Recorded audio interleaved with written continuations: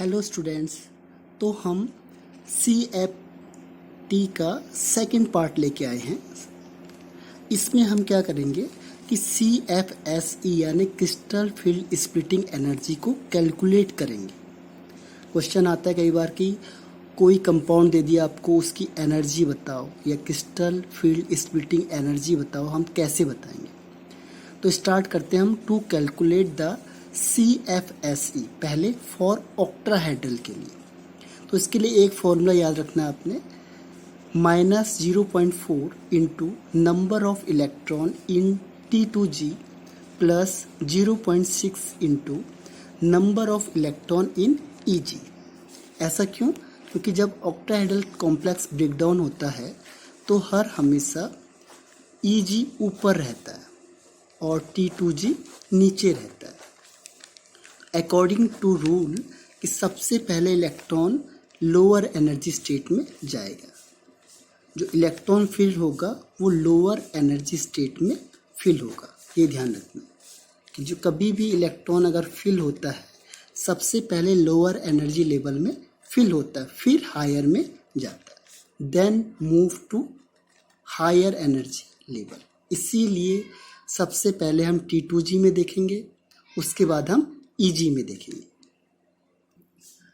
अब देखिए CFSE for octahedral complex. सबसे पहले हम देखते हैं हाई स्पिन के लिए या वीक लाइगेंड्स के लिए। अगर वीक लाइगेंड्स होगा तो उसके केस में हम कैसे CFSE निकालेंगे। तो ये कॉन्फ़िगरेशन है, इलेक्ट्रॉनिक कॉन्फ़िगरेशन, क्योंकि हम D के रिस्पेक्ट में देखते हैं कि D1, D2, D3 कितना है। T2G पहले फिल होगा, फिर EG, फिर कितने अनपेयर्ड इलेक्ट्रॉन है उसका मैग्नेटिक मोमेंट कैसे निकालेंगे, फिर CFSE का फॉर्मूला। तो सपोज D1 है यानी एक इलेक्ट्रॉन है, तो एक इलेक्ट्रॉन कहाँ जाएगा? T2G में, बाकी सारे वैकेंट हैं। अनपेयर्ड इलेक्ट्रॉन 1 है, फॉर्मूला लगा दो यहाँ पे मैग्नेटिक मोमेंट का, आपको पता है √n n+2। n = 1 है, 2 + 1 मीन्स 3, √3। CFSE होगा -0.4 इंटू 1, क्योंकि एक ही इलेक्ट्रॉन है नीचे, इज इक्वल टू 0.4 CFSE की वैल्यू एनर्जी की। Second one is D2। अगर D2 आ गया मीन्स 2 इलेक्ट्रॉन, तो 2 इलेक्ट्रॉन अलग अलग ऑर्बिटल में जाएंगे, तो 2 अनपेयर्ड इलेक्ट्रॉन √A 8 और यहाँ पे 0.4 इंटू 2, क्योंकि 2 इलेक्ट्रॉन है, इज इक्वल टू -0.8। अगर सपोज करो D3 आ गया तो 1, 2, 3 electron is there unpaired 3, magnetic moment √15 और CFSE में -0.4 इंटू 3 इज इक्वल टू -1.2।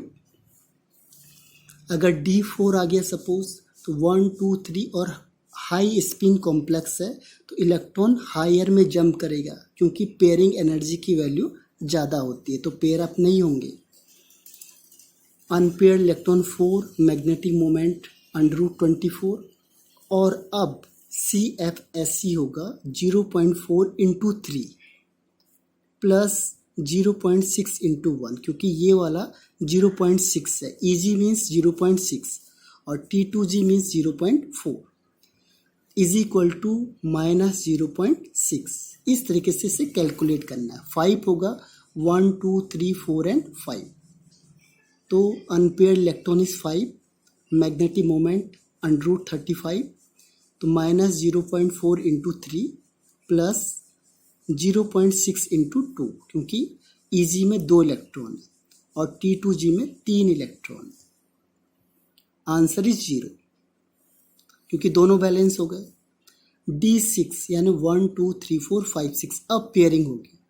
पहले सब में एक एक फिल हो जाएगा, फिर पेयरिंग स्टार्ट होगी, यानी ये फॉलो करता है हुन्स रूल को।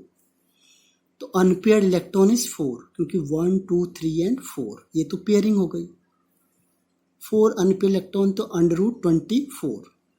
CFSE कैसे निकालेंगे? 4 इलेक्ट्रॉन यहाँ पे हैं, तो 0.4 इंटू 4 प्लस 2 इलेक्ट्रॉन यहाँ पे, तो 0.6 इंटू 2 मीन्स -0.4। D7, 7 में एक इलेक्ट्रॉन यहाँ और फिल हो गया, तो 1, 2, 3, 4, 5, 6, 7।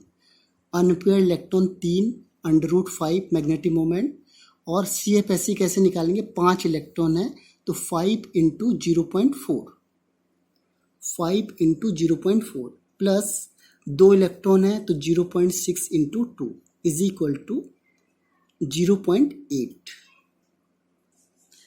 नेक्स्ट इज D8, 8 में 8 इलेक्ट्रॉन है, कैसे 1 2 3 4 5 6 7 8, तो ये फुली फिल्ड हो गया। अनपेयर्ड इलेक्ट्रॉन इज 2, केवल यहीं पे 2 अनपेयर्ड इलेक्ट्रॉन है, √8 हो जाएगा मैग्नेटिक मोमेंट। CFSE कैसे निकालेंगे, 6 इलेक्ट्रॉन है तो 6 इंटू 0.4 माइनस का plus 0.6 into 2 is equal to -1.2। D9 के केस में फिर 6 फुली फिल्ड है, 1 इलेक्ट्रॉन यहाँ और ऐड हो जाएगा, 3 हो गए, अनपेयर्ड इलेक्ट्रॉन 1 √3। CFSE कैसे निकलेगा, 6 इलेक्ट्रॉन है तो 0.4 इंटू 6, 3 इलेक्ट्रॉन है तो 0.6 into 3, answer is 0.6। And last one is, ये भी फुली फिल्ड है 6, ये भी फुली फिल्ड है 4, क्योंकि टोटल इलेक्ट्रॉन है 10, 0 0, 6 4 जा 24, 2.4, 6 4 जा 2.4, answer is 0।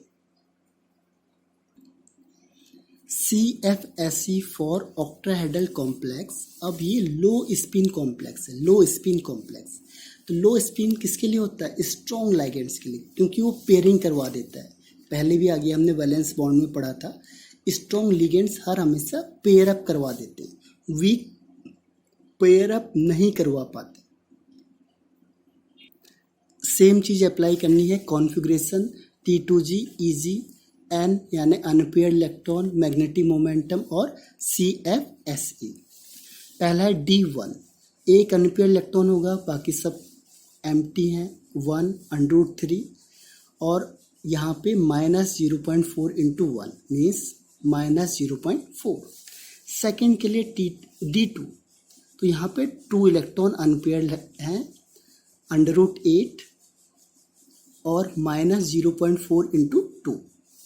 T2G means -0.4, EG means 0.6, तो यहाँ पे T2G में है तो 0.4 इंटू 2 मीन्स -0.8। ऐसे 3 के लिए 3 से मल्टीप्लाई करना है -1.2, 3 अनपेयर्ड इलेक्ट्रॉन तो √15। 4 होगा तो पहले यहीं फिल्ड होगा ये, फिर इलेक्ट्रॉन हायर में जाएगा, पहले कंप्लीटली फिल्ड होना चाहिए। तो 4, 2 unpaired electron √8 magnetic momentum and CFSE is 0.4 into 4। क्यों, क्योंकि चारों इलेक्ट्रॉन T2G में है, आंसर इज -1.6। D5 के लिए फिर 5 इलेक्ट्रॉन यहाँ होंगे, 1 2 3 4 5। इस केस में 1 unpaired electron, magnetic moment is √3 and CFSE is 0.4 into 5, minus का होगा तो -2.0। 6 में अब ये 6 के 6 फिल हो गए, 2 4 एंड 6, तो बाकी सारे 0 हैं क्योंकि कोई भी अनपेयर्ड इलेक्ट्रॉन नहीं है, and 0.4 into 6 is equal to -2.4, तो ये हाईएस्ट वैल्यू है माइनस की। इसके बाद फिर क्या होगा, D7, 7 में 6 ये फिल हो गए, 1 इलेक्ट्रॉन हायर में चला गया, 1 अनपेयर्ड इलेक्ट्रॉन √3। CFSE क्या होगा, 0.4 इंटू 6 प्लस 0.6, इसे सॉल्व करके आंसर आएगा -1.8, 6 कम हो गया 0.6 इससे। फिर क्या होगा, 6 फिल हो गए, एक और एक 8, D8, 6 7 and 8, 2 unpaired electron √8 magnetic momentum. CFSE में 6 इलेक्ट्रॉन ये है तो 6 इंटू 0.4, और यहाँ पे 2 इलेक्ट्रॉन है तो 0.6 into 2 is equal to -1.2। D9 में 9 इलेक्ट्रॉन और ये 3, 1 अनपेयर्ड इलेक्ट्रॉन √3 और ये -0.4 into 6 plus 0.6 into 3 is equal to -0.6, और लास्ट में कंप्लीटली फिल्ड 0 0 एंड 0, क्योंकि ये ओवरऑल 0 आएगा। 6 4 जा 2.4, 6 4 जा 2.4, प्लस माइनस का कैंसिल आउट, D0 में आंसर 0 आएगा। तो ये आपका अगर ऑक्टाहेड्रल कॉम्प्लेक्स आता है तो उसमें आप कोई भी फॉर्मूला यूज़ कर सकते हो इससे, और हम CFSE निकाल सकते हैं। मैग्नेटिक मोमेंट के लिए आपको एक फॉर्मूला बताया था पहले ही, √n+2, इससे हम मैग्नेटिक मोमेंट को निकाल सकते हैं। तो ये एग्जैक्ट वैल्यू बता सकता है मैग्नेटिक मोमेंट की। तो यहाँ पे आंसर वेरी कर रहा था, जो वैलेंस बाउंड थ्योरी था वो इस चीज़ को बताने में फेल हो गया था। इसीलिए जो कई बार D ब्लॉक में हमें प्रॉब्लम आई थी कि यहाँ पे कैसे हुआ था, ये स्प्लिटिंग कैसे हो रही है, उससे ये CFT सॉल्व करता है। Next is CFSE, crystal field stabilising energy for tetrahedral complex, और ये केवल हाई स्पिन के लिए ही वैलिड है, यानी वीक लिगेंड्स के लिए ही वैलिड है, स्ट्रॉन्ग के लिए ये वैलिड नहीं होता। इसमें क्या होगा, टेट्राहेड्रल में Eg की एनर्जी कम होती है, तो पहले हम Eg लिखते हैं और बाद में T2G लिखते हैं।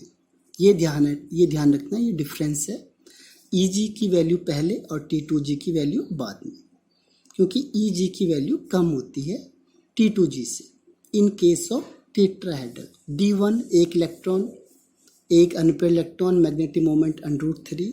CFSE में क्या होगा, -0.6, Eg में ध्यान रखना है 0.6, और Eg पहले है तो minus sign, into 1 is equal to 0.6। D2 में 2 इलेक्ट्रॉन हो गए, 2√8 magnetic momentum and -0.6 into 2 means -1.2। Third one के लिए 3 है, अब क्योंकि ये हाई स्पिन है तो यहाँ पे पेयरिंग पॉसिबल नहीं होगी, तो 1 2 3। अब 2 Eg के हैं तो 0.6 इंटू 2, और एक T2G का है तो plus 0.4 is equal to -0.8।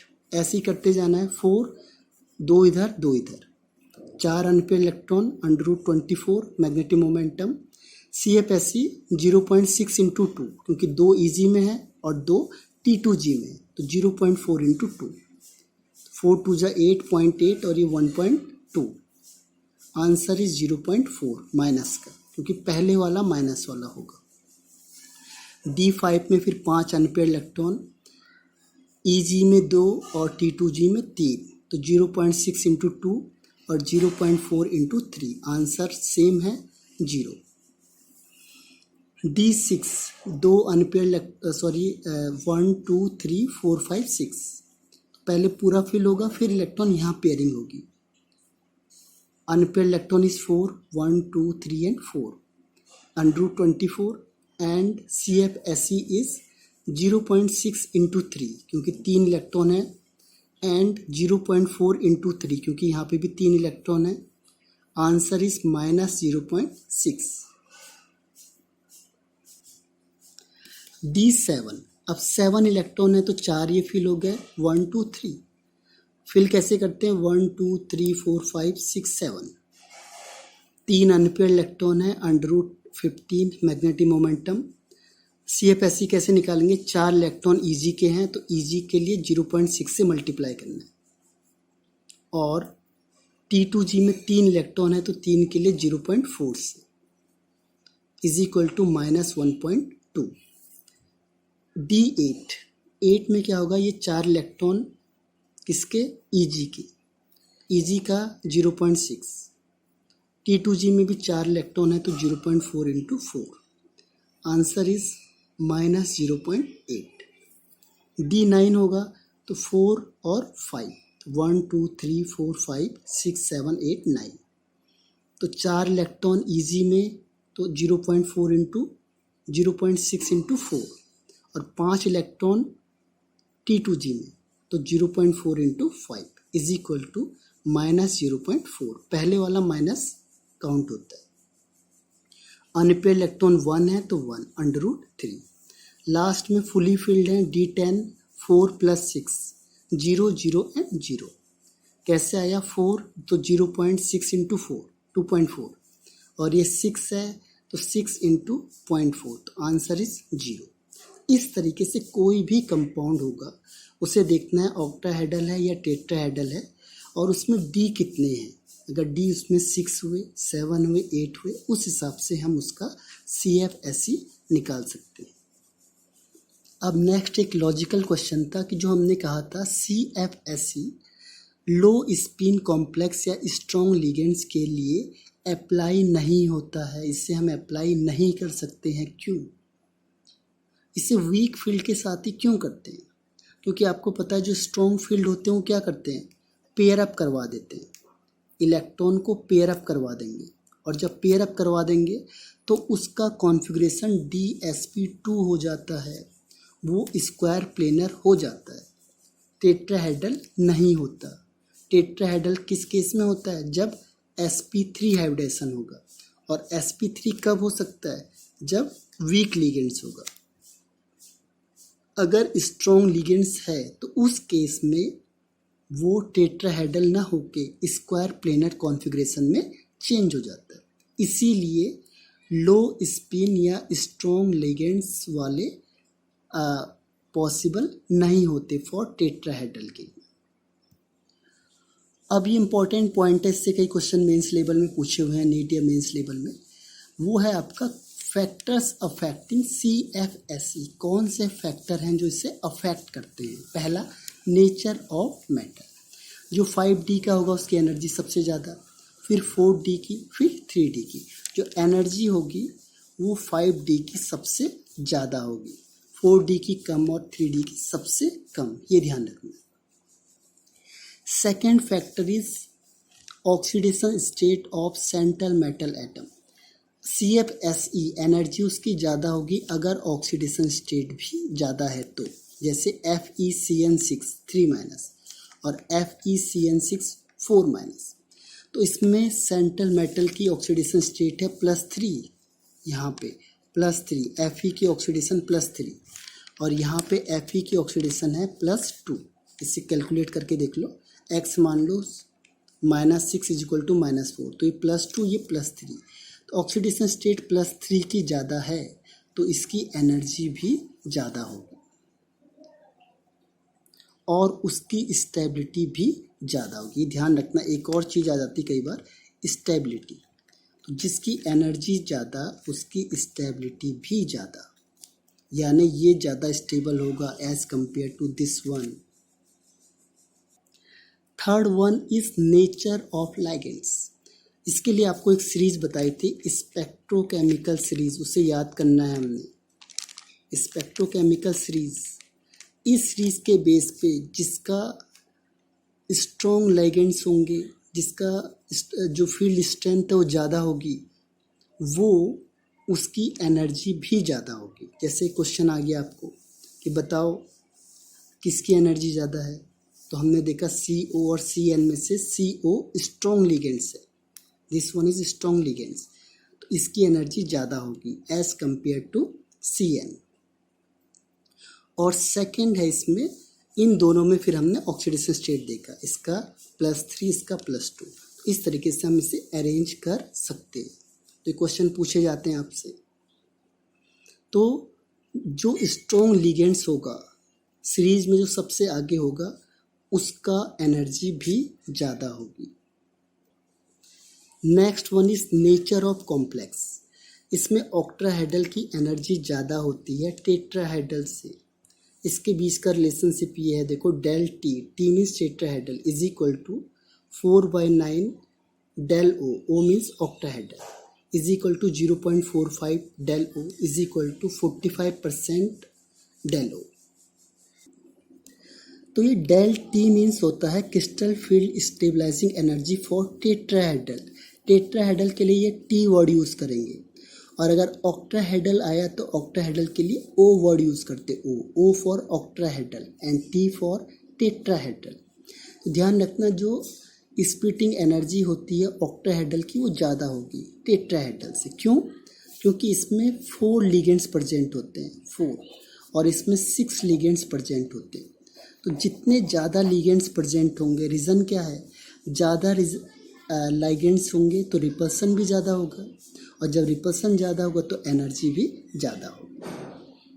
Clear cut है कि जितने ज़्यादा लिगेंड्स अटैच होंगे उतना क्या होगा, रिपल्सन ज़्यादा होगा, और अगर जितना ज़्यादा रिपल्सन होगा उतना एनर्जी भी ज़्यादा प्रोड्यूस होगी। इसीलिए जो ये है आपका CFSE है ऑक्टाहेड्रल का, वो ज़्यादा होता है एज कंपेयर टू टेट्राहेड्रल। और ये वाले क्वेश्चन पूछे गए हैं कि वेवलेंथ बताओ, तो हमें ध्यान रखना कि energy is directly proportional to frequency and inversely proportional to wavelength, यानी जिसकी एनर्जी ज़्यादा उसका वेवलेंथ कम। नहीं तो हम क्वेश्चन में हमें कहेंगे, आप तो कहोगे हमें अभी वेवलेंथ का कुछ बताया नहीं है। अगर मैं ये क्वेश्चन दे दूँ किसकी वेवलेंथ ज़्यादा है, तो आप कहोगे हमें तो वेवलेंथ का कोई फॉर्मूला ही नहीं पता, या हम एनर्जी के बेस पे कैसे निकालें। तो ये बहुत ज़्यादा इम्पोर्टेंट है, बहुत ज़्यादा, क्योंकि आपको वेवलेंथ अभी तक हमने इसमें पढ़ाया नहीं है, ना वेवलेंथ ना फ्रीक्वेंसी, लेकिन इसमें आपको बहुत सारे क्वेश्चंस मिलेंगे, किसकी वेवलेंथ ज़्यादा है, किसकी फ्रीक्वेंसी ज़्यादा है, किसकी एनर्जी ज़्यादा है, और ये कंपाउंड दे दिया। तो इसके लिए सबसे पहले आपको स्पेक्ट्रोकेमिकल सीरीज लर्न करनी है, सीरीज, ये ध्यान रखना, क्योंकि जिसका एनर्जी ज़्यादा उसकी वेवलेंथ कम। अभी हमने निकाला था कि FeCO स्ट्रॉन्ग लिगेंड्स है, इसकी एनर्जी सबसे ज़्यादा होती है, तो इसकी वेवलेंथ सबसे कम हो जाएगी। और यहाँ पे हमने देखा था FeCN4- का, तो जिसकी एनर्जी ज़्यादा, जैसे FeCN63- की एनर्जी ज़्यादा है तो इसकी वेवलेंथ कम हो जाएगी। इसकी एनर्जी सबसे कम थी तो इसका वेवलेंथ सबसे हाईएस्ट हो जाएगा। ये इसके देखने का तरीका है। एनर्जी फाइंड आउट करो, उसके बाद आप फ्रीक्वेंसी को या वेवलेंथ को निकाल सकते हो। इसके अलावा और कोई मेथड नहीं है, ध्यान रखना। आप यहाँ पे फॉर्मूला यूज़ नहीं कर सकते जो आपको पहले बताया था, वेवलेंथ इज इक्वल टू या फ्रीक्वेंसी या वेलोसिटी इज इक्वल टू, वो वाला फॉर्मूला यहाँ पे यूज़ नहीं होता। यहाँ पे आपको सीधा सा एनर्जी का कॉन्सेप्ट लगाना होता है। तो जितने भी हमने फैक्टर बताए हैं आपको एनर्जी के, उस बेस पे आपने टैली करना है, और जिसकी एनर्जी सबसे ज़्यादा उसकी वेवलेंथ सबसे कम, ये ध्यान रखना है। इससे आपको सारे क्वेश्चन सॉल्व हो जाएंगे ईजिली। और एक लास्ट पॉइंट इसमें ये है कि जो अगर central metal atom strong ligand के साथ अटैच होता है तो उसकी स्टेबिलिटी सबसे ज़्यादा होगी as compare to weak ligands. क्यों होगी? क्योंकि स्ट्रॉन्ग लाइगेंड्स होगा तो उसकी एनर्जी भी ज़्यादा होगी, और जब एनर्जी ज़्यादा होगी तो स्टेबिलिटी भी ज़्यादा होगी। तो आप स्टेबिलिटी को आराम से कंपेयर कर सकते हो। इसके लिए भी हमें क्या याद करना है? Spectrochemical series. इसी के बेस पे हम देख सकते हैं जो स्ट्रॉन्ग लिगेंड्स होगा वो ज़्यादा स्टेबल होगा as compare to weak ligands. तो सारे के सारे आंसर हमें एक कॉन्सेप्ट से मिल रहे हैं, दैट इज स्पेक्ट्रोकेमिकल सीरीज। तो ये बहुत ज़्यादा इंपॉर्टेंट, और जितने भी लॉजिकल क्वेश्चन है वो विद इन सेकेंड में होते हैं इसमें, कि बहुत कम टाइम लगता है इनऑर्गेनिक में, और सबसे हाई स्कोरिंग होता है। बहुत इजी क्वेश्चन पूछे गए हैं या पूछे जाते हैं कॉम्पिटिटिव लेवल में, इसीलिए इसका ध्यान रखो। Thank you.